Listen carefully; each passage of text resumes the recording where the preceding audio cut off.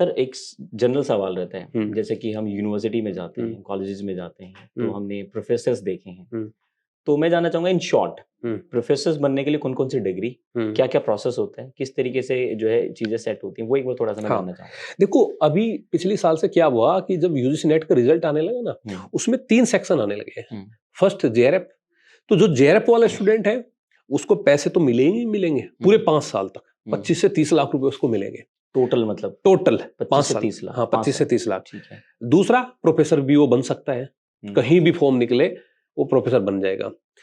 दूसरा सेगमेंट आता है इसमें खाली नेट का, जिस स्टूडेंट के रिजल्ट पे लिखा आता है net qualified for only assistant professor, hmm तो उसका आता है कि वो सिर्फ उसको पैसा तो नहीं मिलेगा, लेकिन कहीं भी किसी भी स्टेट में वैकेंसी आई प्रोफेसर की, वो उसके लिए एलिजिबल हो जाएगा। अच्छा, जो तीसरा सेगमेंट आता है वो आता है ओनली फॉर पीएचडी, तो वो सिर्फ केवल और केवल पीएचडी के लिए ही है। तो आपने जो प्रोफेसर की बात की ना कि प्रोफेसर हम कैसे बन पाएंगे, तो जेआरएफ और जो नेट बच्चा पास करेगा वो प्रोफेसर के लिए अपना एग्जाम दोबारा से भी देना पड़ता है उसको, जेआरएफ पास करने के बाद। मतलब एक वो जो रिक्रूटमेंट होता है, प्रोसेस होता है, उसका एग्जाम देना पड़ेगा, हाँ, सब्जेक्टिव।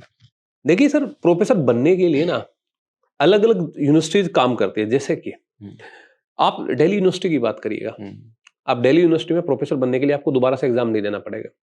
आपका अगर नेट जेआरएफ है ना, तो डायरेक्ट इंटरव्यू होगा आपका। अच्छा, इंटरव्यू होगा। हाँ, इंटरव्यू के आधार पे आपको चयनित किया जाएगा।